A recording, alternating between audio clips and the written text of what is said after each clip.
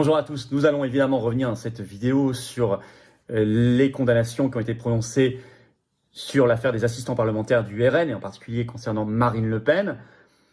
Vous savez, en France, les décisions de justice sont toujours politiques, donc il faut analyser les choses, mais aller au fond, subtilement. On va analyser subtilement dans cette vidéo. On va dépasser l'analyse de savoir si c'est démocratique ou pas, on va en parler, mais il n'y a pas que ça derrière. Parce que le RN n'est pas empêché d'être candidat. Il y aura un candidat de substitution, Jordan Bardella. Et en réalité, si vous regardez bien, et on l'avait ici sur cette vidéo, sur cette chaîne, dans ces vidéos, analysé depuis des mois et des mois sur cette affaire, je vous avais dit, je vous avais prévenu, le système veut les opposants les plus soumis possibles. Les opposants les plus soumis possibles. Veut la macronisation totale des opposants. Il est évident que Bardella est encore plus soumis au système que Marine Le Pen. Et d'ailleurs, ses soumissions à Marine Le Pen n'ont pas payé. Donc, c'est la propulsion de Bardella. C'est le lancement de l'opération Bardella. Marine Le Pen sera ce soir au journal de 20h de TF1. Alors, quel avenir politique pour Marine Le Pen désormais? Vous venez d'en parler. Et l'onde de choc est considérable. Marie-Hélène Trémollet, l'annonce de la condamnation de Marine Le Pen fait réagir l'ensemble de la classe politique française jusqu'aux dirigeants étrangers. Oui, à commencer par le Kremlin qui déplore sur le réseau social X une violation des normes démocratiques. De même, le Premier ministre hongrois apporte son soutien à la chef de file du RN et déclare sur les réseaux sociaux « Je suis Marine ». Au sein du parti à la Flamme, on s'insurge. Le président du RN, Jordan Bardella, s'indigne. Aujourd'hui, ce n'est pas seulement Marine Le Pen qui est injustement condamnée, c'est la démocratie française qui est exécutée. De même, le président du parti UDR, Éric Ciotti, fait mine de s'interroger. La France est-elle encore une démocratie? Indignation soutenue en partie par le reste de la droite. Ainsi, pour Éric Zemmour, ce n'est pas aux juges de décider pour qui doit voter le peuple. Quels que soient nos désaccords, Marine Le Pen est légitime pour se présenter devant le suffrage. Tandis que le sénateur LR Stéphane Le Rudulier explique: combattre le RN doit se faire sur le terrain des idées, dans les urnes et non dans un tribunal. Sans surprise, à gauche, les réactions sont plus contrastées. La justice est la justice, rappelle Fabien Roussel, le secrétaire national du Parti communiste français, qui ajoute: selon que vous serez puissant ou misérable, elle doit être la même pour tous. Enfin, de son côté, Manuel Bompard, coordinateur national de la France Insoumise, annonce dans un communiqué officiel prendre acte de la décision de justice et ajoute: les faits qui sont déclarés avérés sont particulièrement graves. Ils contredisent entièrement le slogan tête haute main propre sur lequel ce parti a longtemps cherché à prospérer. Gilbert Collard, qui est ancien député, ancien membre du Rassemblement national. Je dois vous dire que les premières dépêches qui sont tombées nous donnent déjà des informations importantes. Marine Le Pen est 8 eurodéputés coupables de détournement de fonds publics. Le tribunal de Paris a déclaré coupables de détournement public les 9 eurodéputés, même, dont Marine Le Pen, poursuivie dans l'affaire des assistants parlementaires européens. Les 12 assistants jugés à leur côté ont eux aussi été déclarés coupables de recel. Le tribunal a estimé que le préjudice total était de 2,9 millions d'euros en faisant prendre en charge par le Parlement européen des personnes qui travaillaient en réalité pour le parti.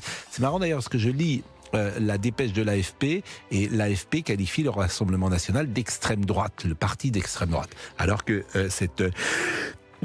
pardonnez-moi pour cet insert. Le Rassemblement national conteste d'être d'extrême droite. Il faudrait d'ailleurs un jour définir ce qu'est l'extrême droite. Mais pour l'AFP, le Rassemblement national est d'extrême droite. Alors évidemment, ce qu'on attend en priorité, c'est est-ce que Marine Le Pen sera déclarée inéligible, et surtout est-ce que cette inéligibilité sera exécutoire, c'est-à-dire qu'elle serait prononcée avant même l'appel. Et il y a quelque chose qui peut choquer, dans ce sens que en France, lorsqu'on fait appel, on repart à zéro. C'est-à-dire qu'on considère que la condamnation est nulle et non avenue. Alors, nous sommes avec Gilbert Collard, qui connaît particulièrement bien et le droit et le Rassemblement national, qui effectivement ne peut pas fortement commenter pour le moment la décision qui sera essentielle, c'est l'exécution, le côté exécutoire de l'inéligibilité, puisqu'on peut imaginer qu'elle soit prononcée.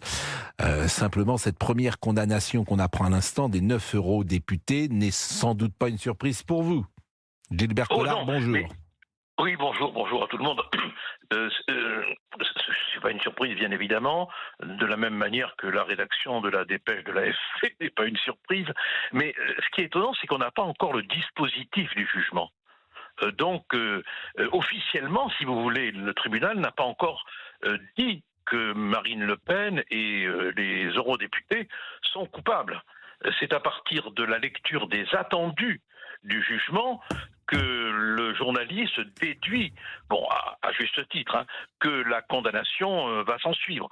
Mais pour nous, juristes, c'est quand le tribunal lit le dispositif, hein, par ses motifs, condamnons. Bon, donc pour l'instant, on n'est pas encore arrivé là. Hein. Donc lorsque le tribunal de Paris a déclaré lundi coupable de détournement de fonds publics, vous pensez que ce qu'écrit l'AFP n'est pas juste? Je ne sais pas ce que le tribunal a déclaré exactement, oui. Mais pour un juriste, c'est quand le tribunal dit par ses motifs, condamnons. Voilà, c'est à ce moment-là qu'on sait qu'il y a condamnation. Ce n'est pas bon, bien évidemment. À déclarer coupable, vous voyez, à déclarer coupable. C'est pour ça que c'est sans doute. Je vais vous souffler. Qu'est-ce que je vous dise? Oui. Je vois pas comment il peut y avoir une déclaration de culpabilité alors que la lecture du jugement n'est pas terminée. Vous me comprenez? Bon, en tout cas, alors d'abord le fond, la forme. Sur le fond. C'est vrai que le Parlement européen, vous l'avez dit vous-même lorsque vous étiez député, le Parlement européen voulait sans doute fonctionnariser ceux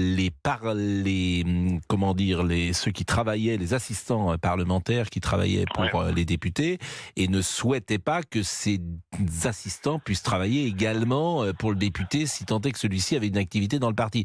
Mais la frontière, forcément, elle est poreuse. Bien sûr, d'autant plus qu'en France, on a un article 4 de la Constitution qui dit que les partis politiques concourent à la vie démocratique. Bon, donc c'est inconcevable d'avoir des assistants parlementaires et qu'ils ne fassent pas de la politique. Bon, mais là, faut quand même pas oublier que la procédure contre Marine Le Pen a été enclenchée à l'époque où il y avait Madame Taubira et compagnie. Bon, maintenant, l'enjeu véritable, c'est de savoir s'il va y avoir une exécution provisoire ou pas. Or, on a eu cette décision du Conseil constitutionnel qui est une espèce d'avertissement pour le tribunal. Et bon, il faut savoir lire, c'est compliqué, mais le Conseil constitutionnel dit au tribunal qu'il doit proportionner sa décision en fonction de la liberté de l'électeur. Et attention, un point très important qui est passé inaperçu, l'atteinte que cette mesure est susceptible de porter, dit le Conseil, à l'exercice d'un mandat en cours et la préservation de la liberté de l'électeur. Le Conseil constitutionnel parle d'un mandat en cours, ce qui équivaudrait à exclure la possibilité de prononcer une exécution immédiate pour un mandat à venir. Car à ce moment-là, pour le coup, la liberté de l'électeur serait entravée. Il y a donc c'est donc une décision qui n'a pas fini d'amener des commentaires et des recours. Hein. Alors ce détail, oui, cette phrase, elle est passée inaperçue, mais vraiment, je vous invite à vous y reporter l'exercice d'un mandat en cours.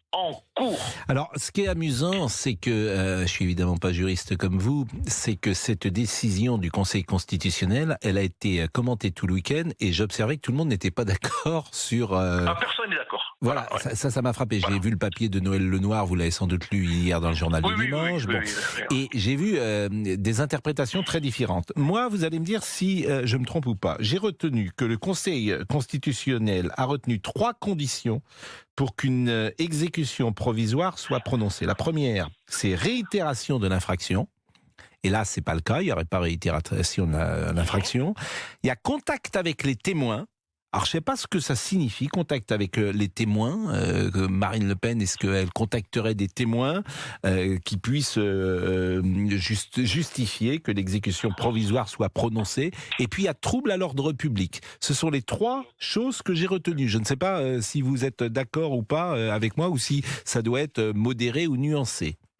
Non, en général, et la réitération de l'infraction, bien sûr. Hein, vous l'avez évoqué. Bon, c'est impossible puisqu'elle n'est plus député européen. Bon, non, il n'y a aucun des critères exigés par la loi ne sont évidemment réunis. Mais d'autant plus que le Conseil constitutionnel vient quand même de rappeler aux juges qu'il ne doit pas méconnaître le droit d'éligibilité garanti par l'article 6. Le Conseil constitutionnel prend la peine de rappeler au juge qu'il y a une frontière qu'il ne doit pas quand même dépasser.